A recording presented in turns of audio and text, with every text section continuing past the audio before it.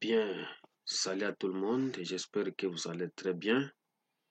Et aujourd'hui, je viens avec une nouvelle notion liée à la fiscalité d'exception. Mais avant de continuer, je vous invite d'abord que vous puissiez vous abonner à ma chaîne YouTube pour ne pas manquer de nouvelles publications. Alors, le régime ou bien la notion liée à la fiscalité d'exception en République démocratique du Congo, c'est une notion très importante et la fiscalité d'exception, c'est une fiscalité qui est beaucoup plus une fiscalité qui accorde des avantages aux entrepreneurs. Donc, c'est une fiscalité qui est beaucoup plus favorable du côté de l'entrepreneuriat. Donc, les gens qui veulent créer des activités, qui veulent créer des entreprises, et les hommes d'affaires, les gens qui font le business, ils ont intérêt à se soucier de la fiscalité d'exception. Alors, il s'agit de quoi finalement la fiscalité d'exception? Ce qu'il faut savoir par rapport à ce sujet, comme partout dans le monde, un système fiscal a été toujours scindé en deux dimensions. Il y a d'un côté le régime fiscal de droit commun et de l'autre côté, le régime fiscal d'exception. Alors, les régimes fiscaux d'exception consistent tout simplement en des mesures dérogatoires à certaines dispositions du Code général des impôts ainsi que du Code des douanes. Maintenant, la notion de régime fiscaux d'exception, ça nous renvoie tout simplement à des mesures accordant des avantages fiscaux à certaines activités ou à certains secteurs de l'économie d'un pays, à des régimes dérogatoires à celui des droits communs, ainsi qu'à des incitations fiscales à l'investissement. Donc c'est ça au fait la présentation de la fiscalité d'exception d'une manière générale. Ce que je peux vous dire par rapport à la fiscalité d'exception, cette fiscalité est résumée autour des avantages fiscaux ou encore autour des incitations fiscales. Maintenant, quelles sont les différentes formes que peuvent prendre les incitations fiscales?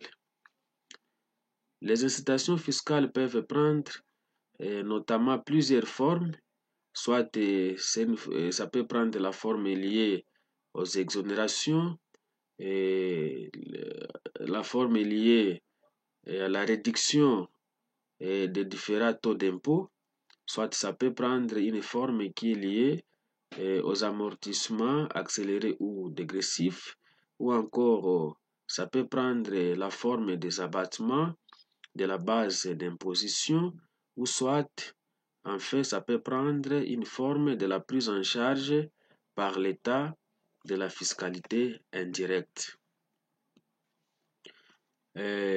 Quels sont maintenant les objectifs des incitations fiscales? Pourquoi l'État peut accorder tout simplement les avantages fiscaux dans certains secteurs économiques du pays?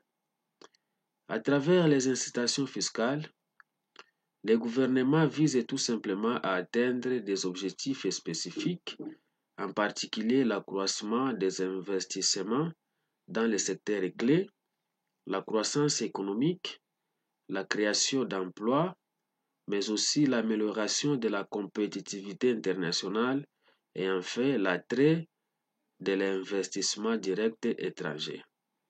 Donc, c'est à cause de ça que l'État peut accorder l'application de la fiscalité d'exception. Donc, une fois dans un pays, on a constaté qu'il y a des avantages fiscaux, il y a des allègements fiscaux. La plupart Donc la tendance générale, les gens vont se donner dans des créations d'entreprises, les gens vont se donner dans l'entrepreneuriat. Et une fois les gens se donnent dans de telles activités, cela va faire en sorte qu'il y aura l'accroissement des investissements.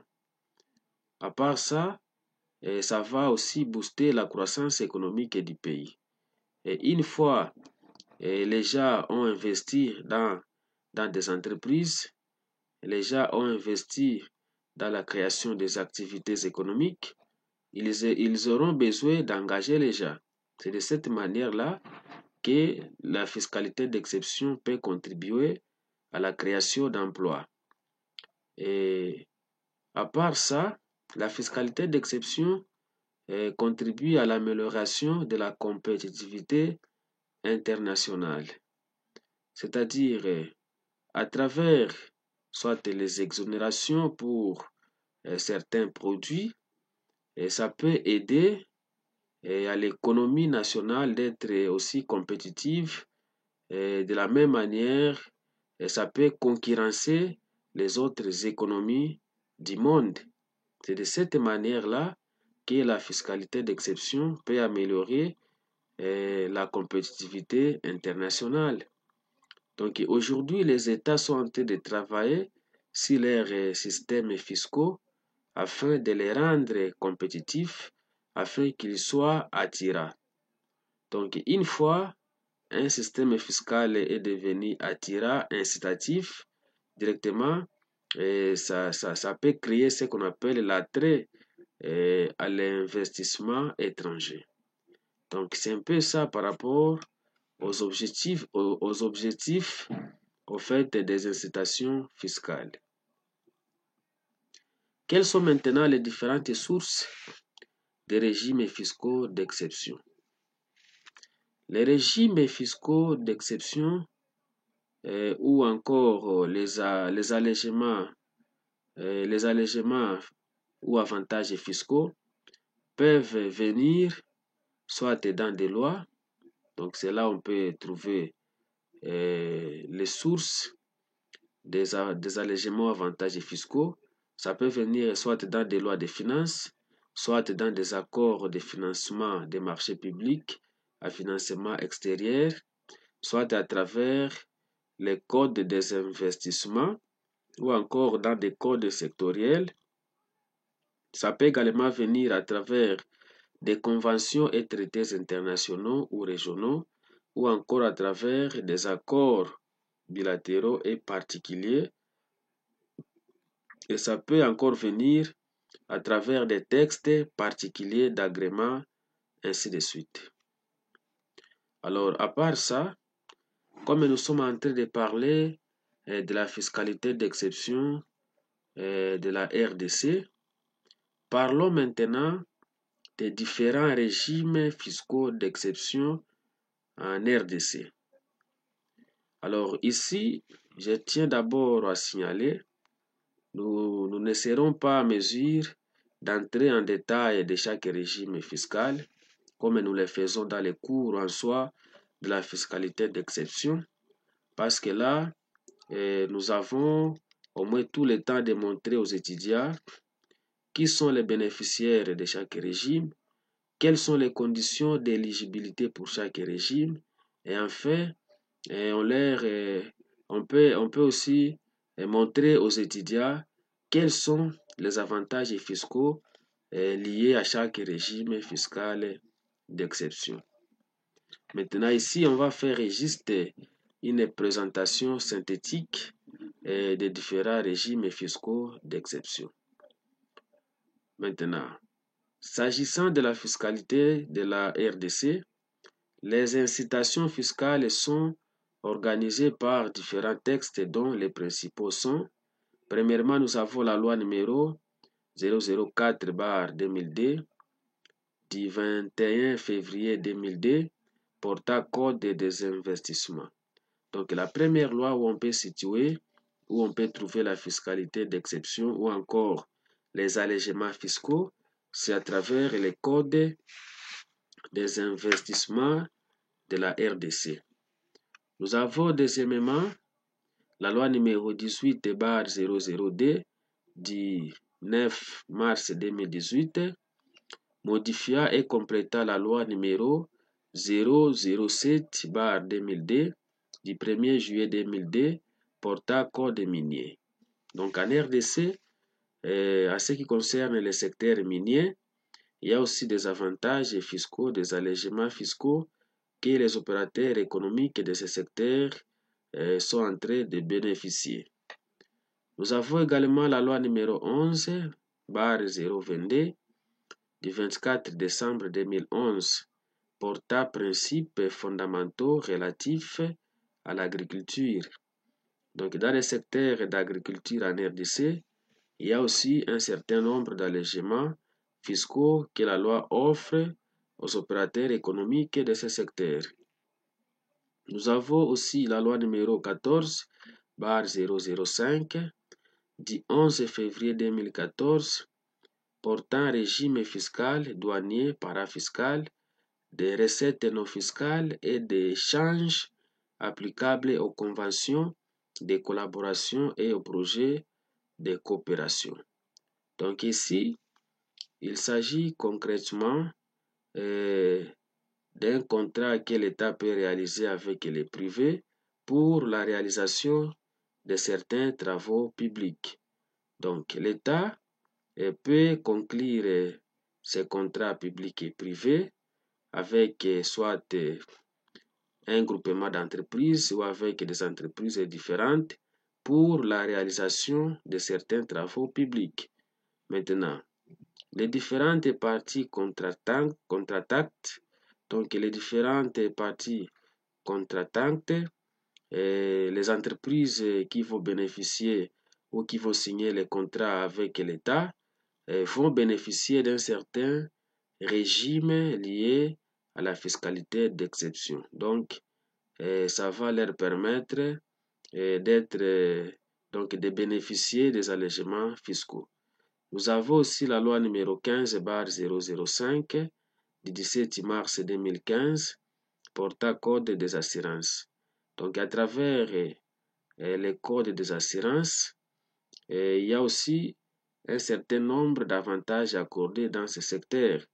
Auparavant, le secteur d'assurance, c'était un secteur où l'État seul pouvait intervenir. Mais aujourd'hui, c'est déjà un secteur libéralisé et tout le monde peut maintenant investir son argent dans le secteur d'assurance. Et ce qui est important, c'est un secteur qui est régi par les régimes fiscaux d'exception. Nous avons également la loi numéro 15/012 du 1er août 2015 portant régime général des hydrocarbures. Donc ici en RDC, le secteur aussi des hydrocarbures, c'est un secteur qui bénéficie des allègements fiscaux. Nous avons le décret numéro 13/049 d'ici octobre 2013 portant le régime fiscal applicable aux entreprises éligibles au partenariat stratégique sur les chaînes de valeur. Donc ici, cette loi, c'est une loi qui était venue épauler les entreprises industrielles locales qui étaient déjà en difficulté. Et l'État avait pris l'option d'aider l'industrie locale à travers un certain nombre d'allègements fiscaux. Nous avons de même l'arrêté ministériel numéro 076 du 13 janvier 2012 portant dispositions particulières et applicables au marché public à financement extérieur. Donc ici en RDC, toutes les opérations liées au marché public à financement extérieur bénéficient aussi des allègements fiscaux, mais ici, l'allègement fiscal principal qu'on peut retrouver dans ces secteurs, dans ces domaines, c'est l'allègement lié à la prise en charge de la fiscalité indirecte. Nous avons de même la loi numéro 004/2001 du 20 juillet 2001 portant dispositions générales applicables aux associations sans but lucratif et aux établissements d'utilité publique. Donc le secteur aussi des ASBEL ainsi que des établissements d'utilité publique, c'est un secteur qui bénéficie des exemptions en matière fiscale et donc il y a aussi des allègements là-dessus. Nous avons la loi numéro 14/022 17 juillet 2014 fixant les régimes des zones économiques spéciales. Donc en RDC, on avait essayé de créer des zones économiques spéciales afin d'assurer la production ou la transformation des matières premières de la RDC en produits finis. Et pour encourager ces opérations, ces opérations, le gouvernement avait opté à accorder des allègements fiscaux aux différents intervenants dans les différentes zones économiques spéciales. Nous avons aussi la loi numéro 14/023 17 juillet 2014 fixant les règles relatives aux conditions et modalités de sauvetage de l'entreprise industrielle en difficulté. Et cette loi concerne beaucoup plus les entreprises qui étaient victimes de la aérianisation, des différentes crises économiques, des pillages, voire même des guerres. L'État avait constaté que ces entreprises étaient déjà en cessation de paiement. Elles n'étaient pas en mesure de payer leurs créanciers. Voilà pourquoi le gouvernement avait pris l'option d'exonérer certaines opérations liées aux entreprises industrielles qui étaient déjà en difficulté. Alors, nous avons également la loi numéro 15/003 du 12 février 2015 relative au crédit bail.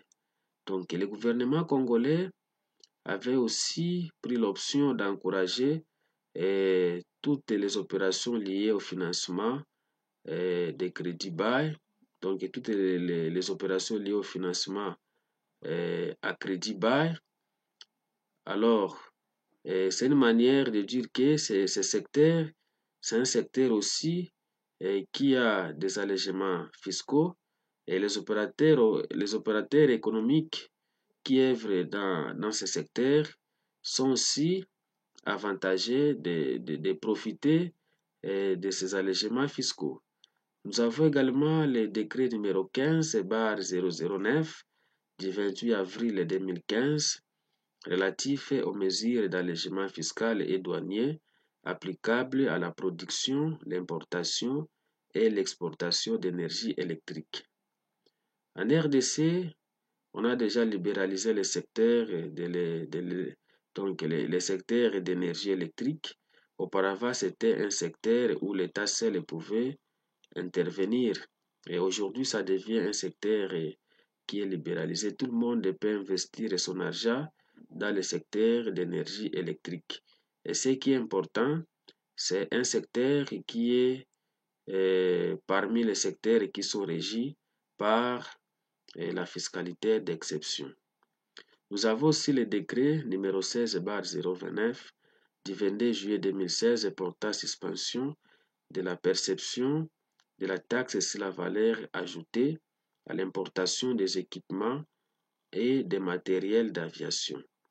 Donc en RDC, il y a une nouvelle loi qui a accordé des exonérations aux opérations liées à l'importation des équipements ainsi que des matériels d'aviation. Mais ici, cet avantage, c'est un avantage qui cadre beaucoup plus avec les compagnies aériennes de transport public. Ce sont ces compagnies-là qui sont bénéficiaires de la suspension de la perception de la TVA à l'importation de leurs équipements ainsi que de leur matériel d'aviation. Nous pouvons aussi parler des conventions fiscales internationales. Et dans les conventions fiscales internationales, il y a aussi des avantages que les opérateurs économiques peuvent bénéficier. Mais le principal avantage ici, ça se résume tout simplement à la lutte contre la double imposition internationale. Alors, dans le cas de la RDC, notre pays a déjà conclu des conventions fiscales internationales. La première convention, c'est entre la RDC ainsi que le Royaume de Belgique. Et la deuxième convention, c'est entre la RDC et la République d'Afrique du Sud. Parlons maintenant enfin de la gestion des contribuables des régimes fiscaux d'exception. Comment sont gérés ces contribuables? Alors, ce qu'il faut savoir, au niveau national, les contribuables bénéficiaires des régimes fiscaux d'exception sont gérés dans les bureaux des régimes fiscaux d'exception, qui est l'un des bureaux de la division législation. Et ces bureaux doivent être normalement opérationnels dans toutes les directions provinciales des impôts, et tout précisément au sein de la direction et au sein de la division des contentieux fiscaux. Et ce bureau a comme attribution, premièrement, la centralisation et l'exploitation des données mensuelles des opérations exonérées. Et deuxièmement, ce bureau effectue le calcul du manque à gagner, résultat des opérations exonérées. Et ce bureau peut aussi réaliser la constitution et la mise à jour des répertoires. Donc, ce bureau réalise aussi la constitution ainsi que la mise à jour des répertoires généraux et sectoriels des contribuables exonérés. Et en fait, dans ce bureau, on fait le suivi au cas par cas de l'exonération, de la période d'exonération de chaque nature d'impôt et diffusion de l'information par le biais du bulletin de recoupement aux services intéressés. Alors, j'espère que je viens de terminer avec cette petite notion. Et si vous avez des préoccupations ou des questions, vous allez essayer de nous joindre soit à travers les numéros que vous trouverez à la barre de description. Merci beaucoup et portez-vous bien.